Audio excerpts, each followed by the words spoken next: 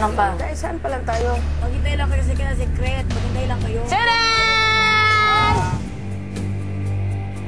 Mga tol, napaka-raming nangyari. Mga importanteng bagay na nangyari sa akin sa araw na ito kasi ilang linggo din kami naghahanap ni isa ng matitirahan, matutuluyan na talagang sa amin. At sa wakas nakakita na kami, isang building, pero magkaiba naman kami ng unit, di naman kami magkasama. Nakitira kami kay Rika, pinatira niya kami ng mga ilang araw, sa kanya kami tumuloy.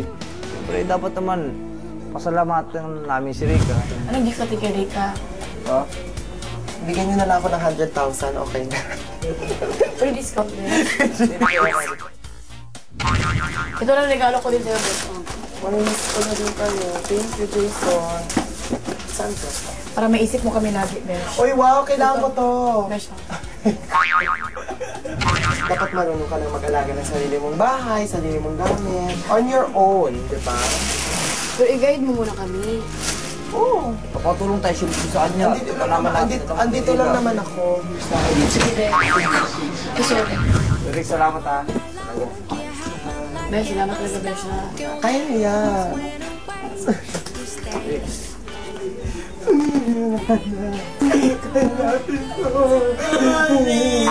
Alis na kami! Alis na kami! Bye-bye! Mamimiss niyo po kami, Papa Jen. Ilang araw po tayo nagkasama.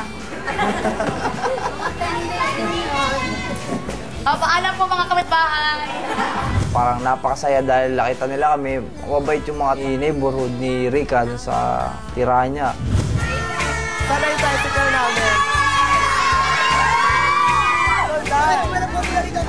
Kuya, sakay kami, kuya! Kuya! Salamat ka na sa road. Huwag kang magbabago pare ha. Oo naman to. Dilo, dilo! May motor ako! Bakit sa akin ka rin sumakay pare? May motor ako! Ha? Sa hirap ng taxi doon, tsaka napakarami naman naming gamit, eh di, ang ginawa namin eh, sinubukan namin magsakay na lang kami ng tricycle. Sa loob na lang, sa loob! Sa buong pare! Pero enjoy naman kami, siyempre. Mamimiss talaga namin yung lugar na kahit pa paano ay natuluyan namin at natirhan namin ni Isay.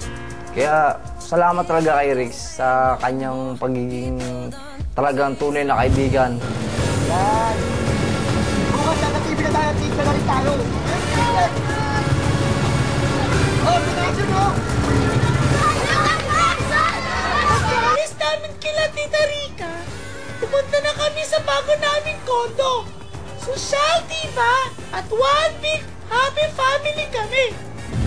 Tinawagan ko yung nanay ko, sabi ko, Nay, at sa kapatid ko na punta kayo, tulungan niyo ako maglipat sa tirahan.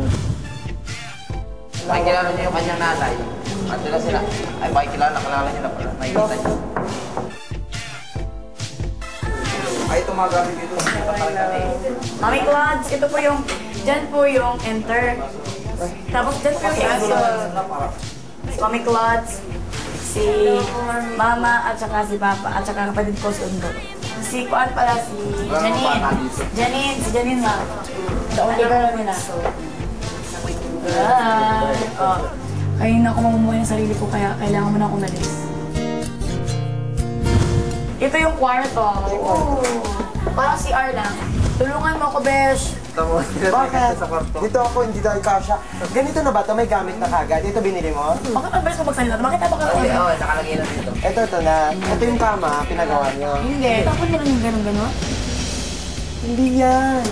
Ayan, kita mo. Iasa mo sa kanya yung pagliligpit mo. Kaysa naman puro bibig ang ginagamit niya, wala naman naliligpit. Tulungan mo kaya si Jason na magligpit para matulungan ka niya.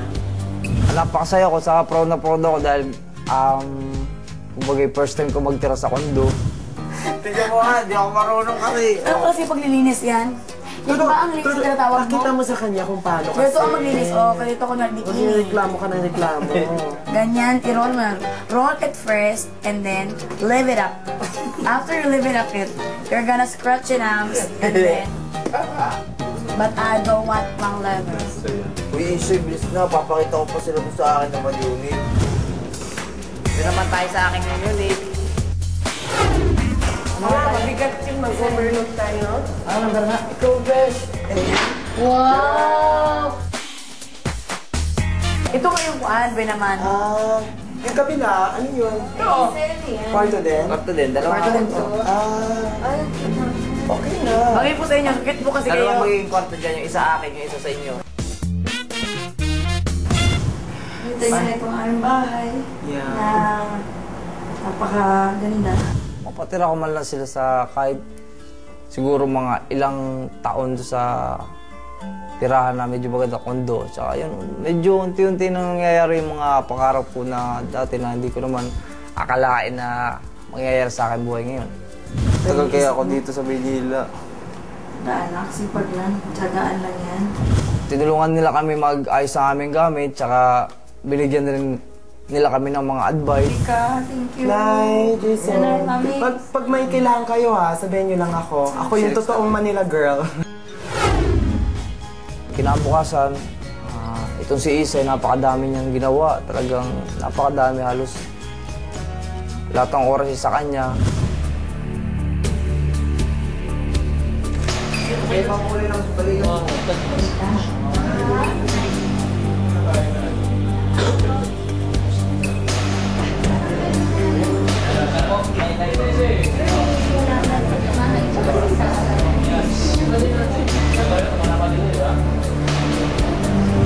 Buli ko sa kondo karon, kaya na sakit ko. Hapit, ano nga ito sabay, di ba sakit sa trabaho? Hapit ako ng uban. Malapit na ako matapos, papunta na ako doon. Sige. Punta ka na doon kay para usap tayo. Tapos, Uli ka na? Sige, hindi ko na kaya talaga, hindi ko na talaga kaya. Wala nag-upisa eh. Lagnat. Oo, sinipon siya dahil natunugan. Yung naanuhan ng madaling araw. Gusto ko lang tayo din.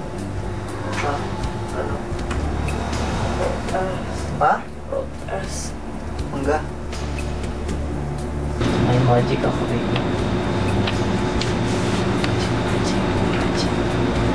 Talagbot ka lang parang ano ah. Parang talagang... Oo, matay na ako. Para may tali ng buhay ko po. Tinagatan lang ako.